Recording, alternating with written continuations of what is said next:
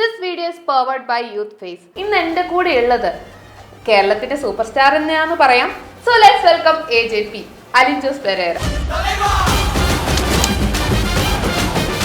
അലിൻ ജോസ് സൗന്ദര്യം എന്ന് പറയുന്നതിൽ എന്താണ് വിശ്വസിക്കുന്നത്? ഒരാൾ എങ്ങനെ സൗന്ദര്യം ഉള്ള ആളായിരിക്കണം എന്നാണ് വിശ്വസിക്കുന്നത്? ചേച്ചിയെ പോലെ. അപ്പൊ ഫാമിലിയെ നോക്കുന്ന ഒരാളാണോ AJP? അമ്മയും അമ്മയൊക്കെ നോക്കുന്നുണ്ട്. മറ്റേ ഇപ്പൊ പ്രോഗ്രാമുകൾ കൊണ്ട് എല്ലാ ദിവസം പോകുന്നില്ലെങ്കിലും ആഴ്ചയിൽ ഒരു ദിവസം പോകുന്നുണ്ട്. അമ്മയെ വിളിക്കാൻ പറ്റുമോ? A few moments later. ചിലവിനൊക്കെ ഞാൻ പൈസ തരാറില്ലേ, അത് ചോദിക്കാൻ വേണ്ടി വിളിച്ച.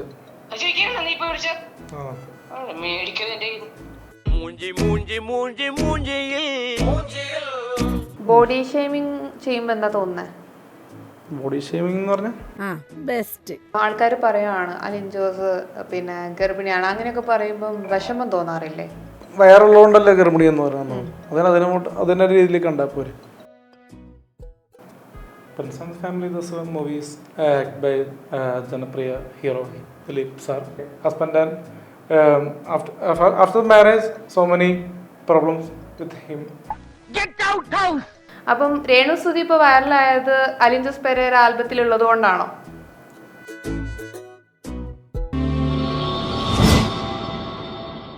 ഹായ് ഹലോ പെയിൻസെപ്പിന്റെ മറ്റൊരു എപ്പിസോഡിലേക്ക് എല്ലാവർക്കും സ്വാഗതം. ഞാൻ നിങ്ങളുടെ ഷാലു. ഇന്ന് എൻ്റെ കൂടെ ഉള്ളത് കേരളത്തിന്റെ സൂപ്പർ സ്റ്റാർ എന്നെയാണെന്ന് പറയാം. So let's welcome AJP, Alin Jose Perera. Hi, എന്തൊക്കെയുണ്ട് വിശേഷം? സുഖം. എന്താണ് പുതിയ പ്രൊജക്റ്റുകളൊക്കെ? കുറച്ച് ആൽബംസും ഷോർട്ട് ഫിലിംസും ഒക്കെ ഉണ്ട്. ഓക്കെ, നല്ല കലിപ്പ് മോഡലാണല്ലോ. എന്ത് പറ്റി? സൂപ്പർ സ്റ്റാർ ആയതിന്റെ ഒരു കലിപ്പ് മോഡാണോ? അതൊക്കെ ആൾക്കാർ പറയുന്നതായിരുന്നു, നമ്മൾ സ്വയം പറയാറൊന്നുമില്ല. ഓക്കെ, അപ്പം ഇപ്പം റീസെന്റ് ആയിട്ട് നമ്മുടെ രേണു സുധിയുടെ കൂടെ ആൽബത്തിലൊക്കെ കണ്ടിട്ടുണ്ടായിരുന്നല്ലോ, അതാണ് ഇപ്പൊ പുതിയ പ്രൊജക്ട്? ചേച്ചിയായിട്ട് 2 ആൽബം പ്ലാൻ ചെയ്തിട്ടുണ്ട്. അപ്പോൾ ഒരെണ്ണം കഴിഞ്ഞ് ഇനിയിപ്പോൾ ഒരു ഷൂട്ട് കൂടി ഉണ്ട് 9-ാം തീയതി. ഓക്കെ, അപ്പം രേണു സുധി ഇപ്പൊ വൈറലായത് അലിൻ ജോസ് പെരേര ആൽബത്തിലുള്ളത് കൊണ്ടാണോ? സുജി ഓൾറെഡി ഫെയിം ആണല്ലോ, പിന്നെ ഞാനായിട്ട് വൈറലാക്കേണ്ട ആവശ്യം. പിന്നെ കണ്ടന്റുകൾ മറ്റേ കുറച്ചുകൂടിയൊക്കെ വൈറൽ ആൾക്കാരിലേക്ക് എത്തുന്നു മാത്രം. കുറച്ചുകൂടിയൊക്കെ പുള്ളി ഒറ്റയ്ക്ക് എന്നപ്പോഴും എത്തിയപ്പോഴും ദാസേട്ടൻ കൊണ്ടുവന്നാണ് പുള്ളിക്കാരത്തി. അപ്പോൾ അതുകൊണ്ട് തന്നെ പുള്ളിക്കാരത്തി ഒന്നാമത് സുചേട്ടൻ്റെ വൈഫാണ്, കൊല്ലം സുചേട്ടൻ. അപ്പോൾ ആ ഒരു ഫെയിം പുള്ളിക്കാരത്തേക്ക് ഉണ്ടല്ലോ. പിന്നെ ഒരു ഞാനായിട്ട് അഡ്ജസ്റ്റ് കൊടുക്കേണ്ട ആവശ്യമില്ല. ഓക്കെ, അപ്പം രേണു സുധി എന്ന് പറയുന്ന ആളുടെ അഭിനയമൊക്കെ ഇഷ്ടപ്പെട്ടോ? കുഴപ്പമില്ല, തരക്കടില്ല. അത് തരക്കേടില്ലാത്ത നല്ല അഭിനയല്ലേ? നല്ല അഭിനയല്ലേ? ഒരു പുതുമുഖ നടിക്കുള്ളൊരു സംഭവങ്ങളൊക്കെ ഉണ്ട്. സിനിമയിലല്ലോ, നമ്മൾ ഷോർട്ട് ഫിലിമല്ലേ ചെയ്തു കൊടുക്കും. സിനിമ ചെയ്യുമ്പോഴല്ലേ അത് മനസ്സിലാവും. സിനിമ ഒരെണ്ണം ചെയ്തു വെച്ചിട്ടുണ്ടെന്ന് പറയണ്ട, അത് ഇറങ്ങുമ്പോൾ നമുക്ക് നോക്കാം. അപ്പം അലിൻ ജോസിനേക്കാൾ അടിപൊളിയായിട്ട് രേണു സുധി അഭിനയിക്കുന്നു എന്നാണ് പറയുന്നത്? അലിൻ ജോസിനേക്കാൾ അടിപൊളിയായിട്ട് രേണു സുധി അഭിനയിക്കുന്നു എന്നാണ് പറയുന്നത്. അവരുടെയായിട്ടുള്ള രീതികൾ ഞാൻ ചെയ്യുന്നു, അവരുടെയായിട്ടുള്ള ഒരു ചെയ്യുന്നു. നമ്മുടെ ഒരു രണ്ടുപേരും വ്യത്യസ്തമാണല്ലോ. നമ്മൾ ഒരാളുടെ അഭിനയം വലുതും ചെറുതും നമുക്ക് പറയാൻ പറ്റത്തില്ല. ഓക്കെ, ഇപ്പം റീസെന്റ് ആയിട്ട് ഞാൻ നമ്മുടെ റിയ ആയിട്ടുള്ള വീഡിയോ ഉണ്ട്. നിങ്ങൾ ഇടയ്ക്ക് ഒരു ഉടക്കൊക്കെ ഉണ്ടായിരുന്നില്ലേ? ഇപ്പൊ റിയ ആയിട്ട് വീണ്ടും കമ്പനി ആയോ? ജസ്റ്റ് ഫ്രണ്ട്സ് ഉണ്ട്, ഫ്രണ്ട്ഷിപ്പ് ഉണ്ട്. ഓക്കെ, ഇപ്പം നിങ്ങളുടെ പുതിയ പ്രൊജക്റ്റ് ഒക്കെ ഇറങ്ങി കണ്ടു, അതാണ് ഞാൻ ചോദിച്ചത്. ജംഗിൾ സുന്ദരിയിൽ ചെറിയൊരു സാധനം ചെയ്തത്, ചെറിയ റോളാണ്. അതിപ്പോ റിലീസായോ? ഒരു പ്രൊമോ സോങ് റിലീസ് ചെയ്യുന്നു. അതൊരു 1.5 മണിക്കൂർ മൂവിയാണ് പ്ലാൻ ചെയ്തത്. കുറച്ചുകൂടി പ്രൊഡ്യൂസറെ കിട്ടാത്തതുകൊണ്ട് അത് കുറച്ചുകൂടി മാറ്റി വെച്ചേക്കുന്നത്. അത് എന്തായാലും ഉണ്ടാവുമായിരിക്കും, കഥ ബേസ് ചെയ്തുണ്ടാവും. എന്തൊക്കെയാണ് വേറെ പുതിയ പ്രൊജക്റ്റുകളൊക്കെ? എന്തൊക്കെയാ? വേറെ കുറച്ച് സിനിമകളുണ്ട്, അതിന്റെ പേര് ഇപ്പോൾ പറയാൻ പറ്റും. അത് റിലീസ് ചെയ്യുമ്പോൾ ജൂൺ മാസം മുതലുണ്ട്. എന്തായാലും ഈ മാസം മുതലുണ്ട് റിലീസ്. ഇപ്പൊ റീസെന്റ് ആയിട്ട് ഒരു സീരിയലിലൊക്കെ കയറിയല്ലോ, എങ്ങനെയുണ്ട്? എങ്ങനെയുണ്ട്? അതിന്റെ ഒക്കെ ഒരു എക്സ്പീരിയൻസ് എങ്ങനെയുണ്ട്? അത് നല്ലൊരു എക്സ്പീരിയൻസ് ആണ്. നമ്മൾ ആൾക്കാർ ചിരിക്കാണ്ട് നമ്മുടെ മുമ്പിലേക്ക് വന്ന് അഭിനയിക്കാന്ന് പറഞ്ഞത് സീരിയൽ ലൊക്കേഷനിൽ ചെല്ലുമ്പോൾ. മറ്റുള്ള ലൊക്കേഷനിൽ മറ്റേ ഒരു ചിരിയുണ്ട് മറ്റുള്ളവർക്ക് എന്ന് പറഞ്ഞാൽ നമ്മളെ കാണുമ്പോൾ ഒരു കോമിക്കായിട്ട് കോമാളിയായിട്ട് എന്നൊക്കെ കാണുന്നുണ്ട്. പക്ഷെ എല്ലാവരും അങ്ങനെയല്ല. അല്ല, ഇപ്പം കല്യാണ വീടുകളിൽ താരമാണ് AJP അല്ലെങ്കിൽ അലിൻ ജോസ് പെരേര അല്ലേ? ഇപ്പം കല്യാണ വർക്കൊക്കെ ഭയങ്കര വരുന്ന ടൈമാണ്. സോ എങ്ങനെയാണ് ഇൻകൊക്കെ ഡെയിലി എങ്ങനെയാണ് വരുന്നത്? അത് ഡെയിലി ഒരു 10K മുതൽ 30K വരെയാണ് അത് ഓരോ കല്യാണ വർക്കിൽ മേടിക്കുന്നത്. ചിലപ്പോൾ ആൾക്കാർക്ക് മറ്റേ വിളിച്ചു വരുത്തിയിട്ട് കളിയാക്കാൻ വേണ്ട ആൾക്കാർക്ക് തോന്നാം. പക്ഷേ നമ്മൾ സ്റ്റേജിൽ വന്ന് ഒരു പണ്ടാണെങ്കിൽ ഗാനമേള വെക്കുന്നവർ പല എൻ്റെ പാട്ടും ഡാൻസും വയ്ക്കുന്നു. പിന്നെ അത് ചില ഇതിൽ മതക്കാർക്ക് അത് ഇഷ്ടപ്പെടുന്നില്ല. ഇപ്പൊ ഒരു പ്രശ്നമായിട്ട് വന്നിട്ടുണ്ട് നമ്മുടെ ഒരു പ്രോബ്ലമായിട്ട് മലബാർ മേഖലയിൽ അത് വലിയ ചർച്ച വരുന്നുണ്ട്. അപ്പൊ അത് ഇപ്പൊ മലബാർ മേഖലയിലേക്ക് ഇനി പോകുന്നില്ല. നമ്മൾ കൊച്ചിയിൽ ഓരോന്നൊക്കെ ചെയ്യും. മലബാർ മേഖലയിൽ നല്ല രീതിക്ക് ബാധിച്ച് പോകുന്നത് അത് മറ്റേ അവരുടെ സംഘടനയായിട്ട് ഒരു കല്യാണത്തിന്റെ ഒരു രജിസ്ട്രേഷനൊക്കെ ബാധിച്ചെന്നൊക്കെ പറഞ്ഞു കേട്ടു. ഇപ്പം ആറാട്ടനും ഇറങ്ങിയിട്ടുണ്ടല്ലോ കല്യാണത്തിൻ്റെതായിട്ട്. അതൊരു കോമ്പറ്റീഷൻ ആവുമോ ഭാവിയിൽ? അത് ജസ്റ്റ് ഒരു എന്താ പറയാ, കുറച്ച് കാലത്തേക്ക് മാത്രമേ ഇതൊക്കെ ഉണ്ടാവുള്ളൂ, അല്ലാണ്ട് എപ്പോഴും ഇതൊക്കെ ഉണ്ടാവുമെന്ന് പ്രതീക്ഷിക്കുന്നു. ഓക്കെ. അപ്പം ആറാട്ടണ്ണന് മീൻസ് അതായത് അലിൻ ജോസിനെ വെല്ലാൻ ആറാട്ടണ്ണന് പറ്റില്ലെന്നാണ് പറയുന്നത്? അല്ല, ആർക്കും വെല്ലാൻ പറ്റില്ല. ഓരോരോ ക്യാരക്ടർ അവരോട് ചെയ്യുന്നു. നമ്മൾ നമ്മുടെ ആയിട്ടുള്ള കാര്യങ്ങൾ പോകും. നമ്മള് ഈ കല്യാണ വർക്ക് മാത്രമല്ല, നമ്മള് കടകളുടെ പ്രൊമോഷൻ വർക്കുകളും ചെയ്യാറുണ്ട്. ഇപ്പൊ മൊബൈൽ ഷോപ്പ് ആയിക്കോട്ടെ, ഹോട്ടല്, പിന്നെ കോളേജ് പിള്ളേരുടെ കൂടെയൊക്കെ കമ്പനി അടിക്കാന രീതിയിലൊക്കെ വിളിക്കുമ്പോൾ പോകാറുണ്ട്. ഓക്കെ. അപ്പം ഒരു മാസമാകുമ്പോൾ എങ്ങനെയൊക്കെയാണ് ഇൻകം വരുന്നത്? നമുക്ക് ചെലവായി പോകുന്നതാണ്. ഇൻകമായിട്ട് ഫിക്സ്ഡ് ഒരു ബാങ്ക് ബാലൻസ് ഇല്ലെങ്കിൽ പോലും ചെലവായി പോകുന്ന ലക്ഷങ്ങളുണ്ടാവും. ലക്ഷങ്ങൾ ചെലവായിക്കൊണ്ടിരിക്കുകയാണ്. അപ്പൊ സേവിങ്സ് ഉള്ള ഒരാളല്ല AJP. സേവിങ് എന്ന് പറഞ്ഞാൽ നമ്മുടെ കുടുംബപരമായിട്ടൊരു ഓഹരി കിട്ടുമല്ലോ, ഫാമിലി പരമായിട്ട്. അതായത് ഒരു സേവിങ്സ് അല്ലാണ്ട് ഈ ഫീൽഡ് വെച്ച് നമുക്ക് എന്തുണ്ടാക്കിയെന്ന് വെച്ച് കഴിഞ്ഞാൽ സീറോ ബാലൻസ് തന്നെ പറയാം. ഓക്കെ. അപ്പൊ ഫാമിലിയെ നോക്കുന്ന ഒരാളാണോ AJP? അമ്മയും അമ്മയൊക്കെ നോക്കുന്നുണ്ട്. മറ്റേ ഇപ്പൊ പ്രോഗ്രാമുകൾ കൊണ്ട് എല്ലാ ദിവസം പോകുന്നില്ലെങ്കിലും ആഴ്ചയിൽ ഒരു ദിവസം പോകുന്നുണ്ട് വീട്ടിൽ പോകുന്നുണ്ട്. അപ്പൊ വീട്ടിലെ ചെലവൊക്കെ നോക്കുന്നുണ്ട്? നോക്കുന്നുണ്ട് ഏകദേശം. ഓക്കെ. അങ്ങനെയാണെന്നുണ്ടെങ്കിൽ ഞാനൊരു ടാസ്ക് തരട്ടെ. അമ്മയെ വിളിക്കാൻ പറ്റുമോ ഇപ്പൊ? അമ്മയെ വിളിക്കാൻ പറ്റുമോ? Task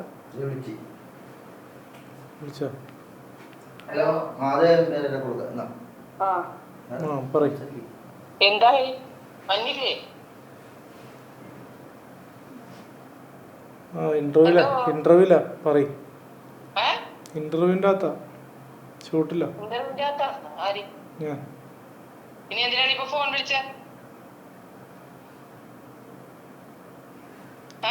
hello. ചെലവിനൊക്കെ ഞാൻ പൈസ തരാറില്ലേ, അത് ചോദിക്കാൻ വേണ്ടി വിളിച്ച.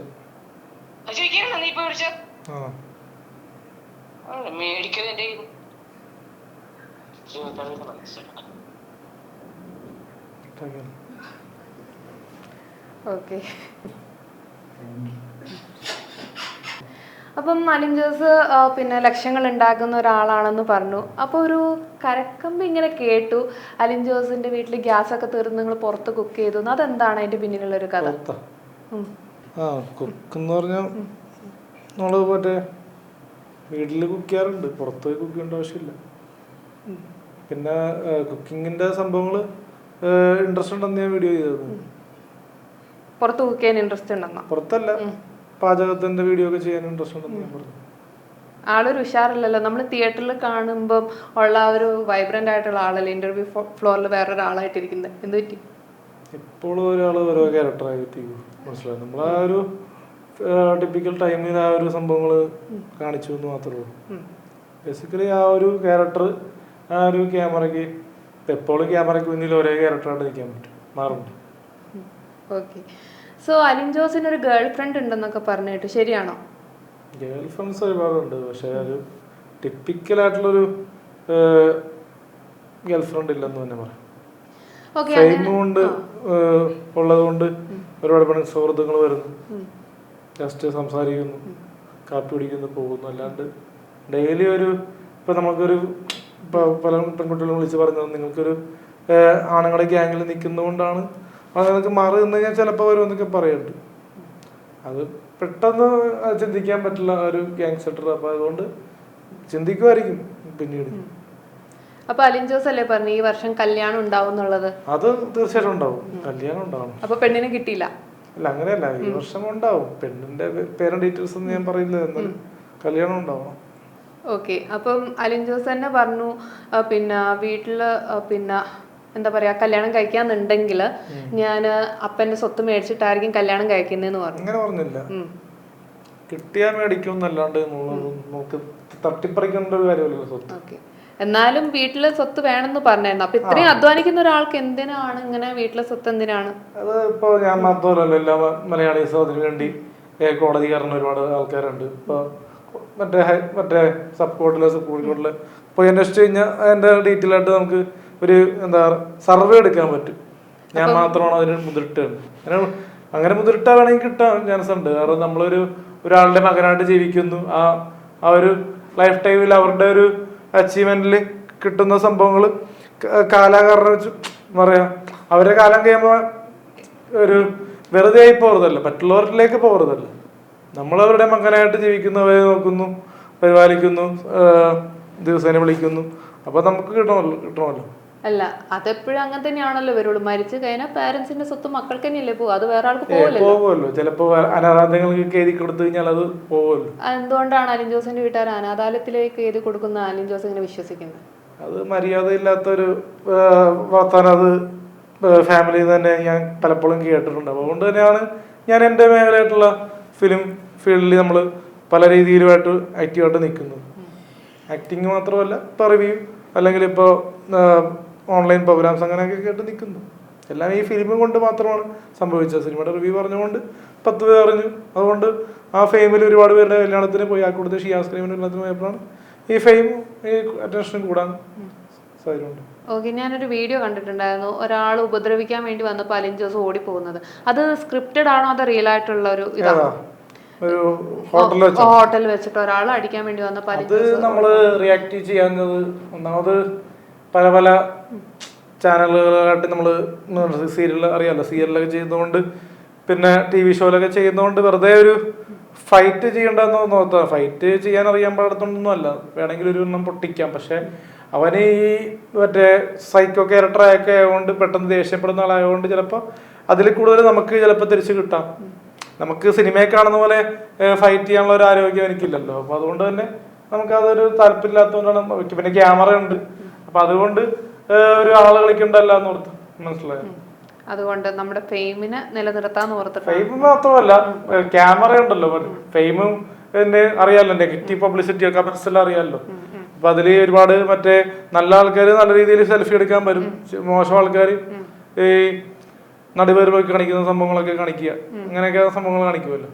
അപ്പൊ ഇന്നൊരു സംഭവം ഉണ്ടായതുപോലെ തന്നെ. അപ്പൊ അതിന് ഈ ഫീൽഡിൽ ഇങ്ങനത്തെ അനുഭവങ്ങൾ ഉണ്ടായില്ലെങ്കിൽ അത്ഭുതമുള്ളൂ. കാരണം വലിയ താരങ്ങൾക്ക് വരെ ഹേറ്റേഴ്സ് ഉണ്ട്. കാരണം ഒരു ദിവസം ലാലേട്ടൻ നടന്നു വന്നപ്പോൾ ലാലേട്ടനെ തള്ളി ഇടാൻ നോക്കിയ ഒരാൾ മറ്റേ കവിത വെച്ച്. അപ്പൊ അതുകൊണ്ട് തന്നെ എല്ലാവർക്കും ശത്രുക്കളുണ്ട് ഫീൽഡിൽ. അപ്പം അലിൻ ജോസിന്റെ ഏറ്റവും പ്രിയപ്പെട്ട താരം ആരാണ് മലയാളത്തില്? എന്റെ തന്നു വന്ന ദിലീപേട്ടനാണ്. അപ്പൊ ഒരു ദിലീപേട്ടനാവാൻ ശ്രമിക്കുകയാണോ അലിൻ ജോസ്? എന്താ അങ്ങനെ ചോദിച്ചു? ഇല്ല, ഞാൻ ചോദിച്ചതാണ് ദിലീപേട്ടനാവാൻ ദിലീപേട്ടന്റെ സിനിമകൾ വെച്ച് ദിലീപേട്ടൻ പാവോ. പക്ഷെ ദിലീപേട്ടൻ ബേസിക്കലി കുറച്ച് സീരിയസ് ആണെന്ന് മാത്രം പല കാര്യങ്ങളിൽ. അതേമാതിരിയാണ് ഞാനും ഇപ്പോ എന്റെ ഈ എന്താ പറയുക രീതികളൊക്കെ മാറുന്നത്. കാരണം പണ്ട് ഇന്റർവ്യൂല് ചിരിച്ച് ഇങ്ങനെയൊക്കെ ഇരുന്ന ഒരു ആളിൽ നിന്നും നമ്മള് ഈ ചിരിക്കാണ്ട് വർത്താനം പറയുന്നു. ഓക്കെ, അപ്പം ഏറ്റവും ഇഷ്ടപ്പെട്ട നടൻ ദിലീപാന്ന് പറഞ്ഞു. അപ്പൊ ദിലീപിന്റെ പ്രിൻസ് ആൻഡ് ദ ഫാമിലി ഉണ്ടായിരുന്നോ? എങ്ങനെയുണ്ട് മൂവി? ഇഷ്ടപ്പെട്ടോ? അതിൽ കുറച്ച് എന്നെ ഇമിറ്റേറ്റ് ചെയ്തിട്ടുണ്ട്. അതില് ഫസ്റ്റ് സെക്കൻഡ് ഹാഫിൽ ഇമിറ്റേറ്റ് ചെയ്തിട്ടുണ്ട്, നായിക ഇമിറ്റേറ്റ് ചെയ്തിട്ടുണ്ട്. ഓക്കെ, അപ്പം ഞാനൊരു വേറെ ടാസ്ക് തരാം. ഇപ്പം മൂവി റിവ്യൂസ് പറയുന്ന ഒരാളാണ്. So Prince and the family movie review English പറയാമോ?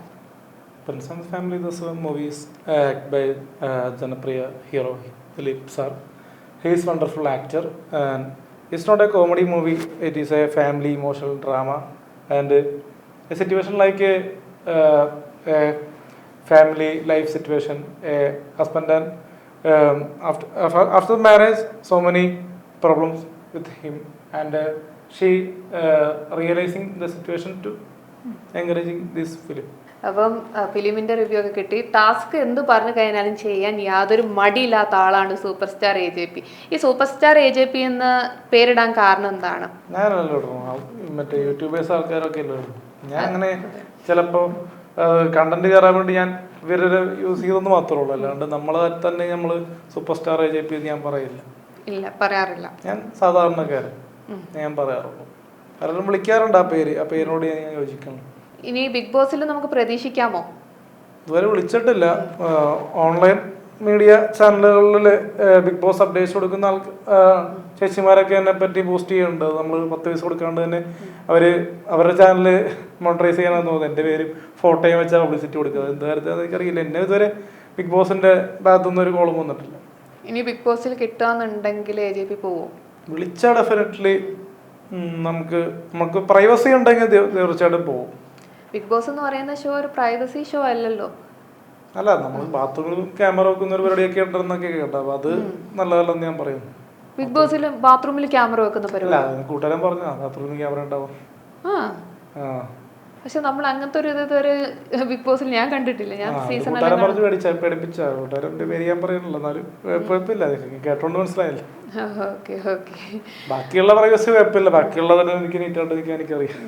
കാരണം നമുക്കിതൊക്കെ സ്റ്റഡി ചെയ്യുന്നതുകൊണ്ട് അവിടെ പോയിട്ട് വിളിച്ചു കഴിഞ്ഞാൽ അവിടെ പോയിട്ട് എന്ത് ടൈപ്പ് പെർഫോമൻസ് ചെയ്യണമെന്ന് എനിക്കറിയാം, മൈൻഡിലുണ്ടല്ലോ. കാരണം നമ്മൾ ഫുൾ ക്യാമറ ഉള്ളതുകൊണ്ട് നമുക്ക് ഒരു കുറച്ചുകൂടിയൊക്കെ ചിന്തിച്ചിട്ടൊക്കെ വരുമ്പോൾ, അല്ലാണ്ട് വനിതയിൽ കാണിച്ച പോലെ ഡാൻസ് ഉണ്ടാകാം, ചെയ്യിപ്പിക്കാം, പക്ഷെ കുറച്ചുകൂടിയൊക്കെ ഡീസൻറ്റ് ആയിട്ടായിരിക്കും പെരുമാറുന്നത്. കാരണം നമ്മൾ ഈ മീഡിയക്കാർ പറയുമ്പോഴാണ് ഈ നടിമാർക്ക് കൈ കൊടുക്കാനൊക്കെ പോകുന്നത്, അല്ലാണ്ട് നമ്മൾ ഓപ്പണായിട്ട് കൈ കൊടുക്കാൻ പോകാറൊന്നുമില്ല.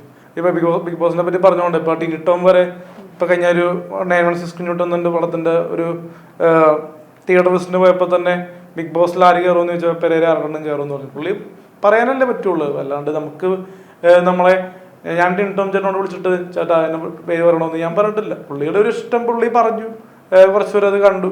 പക്ഷെ നടിമാരും കുറച്ചുപേര് പറഞ്ഞു പെരേര വന്നു കഴിഞ്ഞാൽ നന്നായിരിക്കും എന്ന് പറഞ്ഞു. പക്ഷെ വിളിക്കേണ്ടത് ബിഗ് ബോസിന്റെ ഏഷ്യാനെറ്റിന്റെ ഭാഗത്തു നിന്നാണ്. കോള് വന്ന ഡെഫിനറ്റ്ലി നോക്കി കണ്ടാക്കിയ പെർഫോമൻസ്. ഓക്കെ, ബിഗ് ബോസിൽ പോയി കഴിഞ്ഞാൽ എന്തൊക്കെ ചെയ്യണം സൊസൈറ്റിക്ക് വേണ്ടി എന്നാണ് ആഗ്രഹിക്കുന്നത്?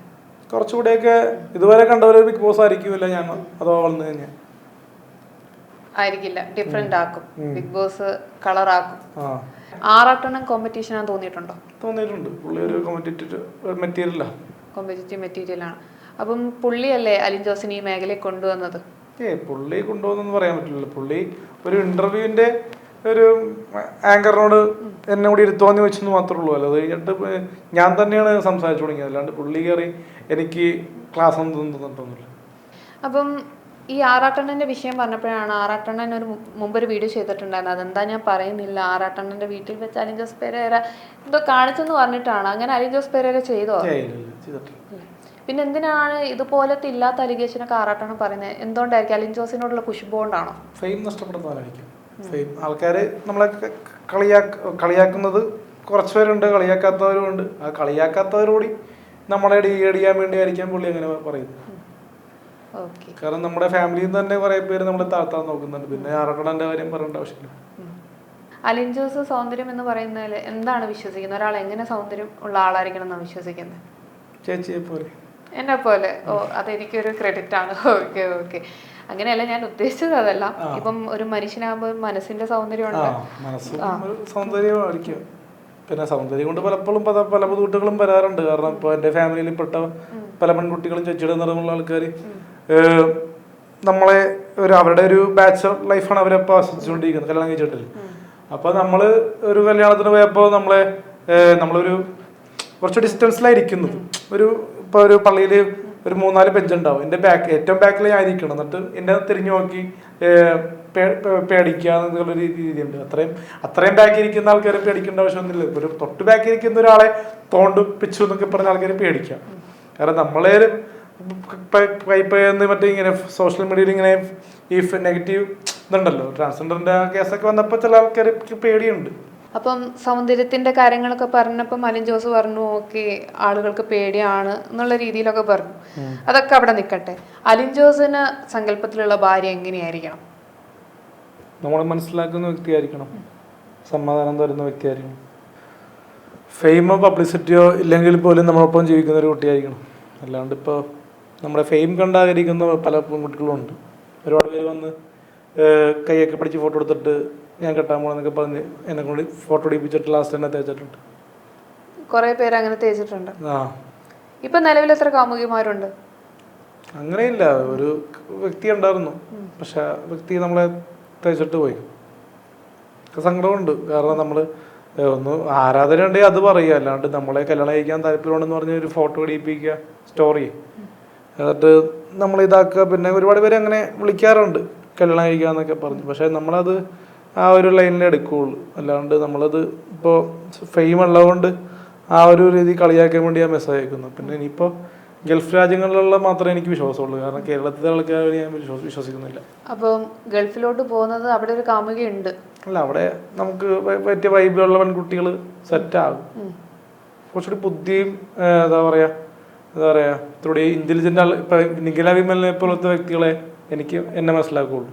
നിഖില വിമലിനെ പോലുള്ള വ്യക്തി ക്യാരക്ടർ ഉള്ള ആൾക്കാർ മാത്രമേ എന്നെ മനസ്സിലാക്കാൻ പറ്റുള്ളൂ. അല്ലാണ്ട് വെറുതെ ഇപ്പോ പ്രിൻസ് ആൻഡ് ഫാമിലിയിലെ ക്യാരക്ടറിനെ പോലെ വെല്ലുവിളിച്ച ഒരു ക്യാരക്ടർ അല്ല എനിക്ക് ബേസിക്കലി താല്പര്യം.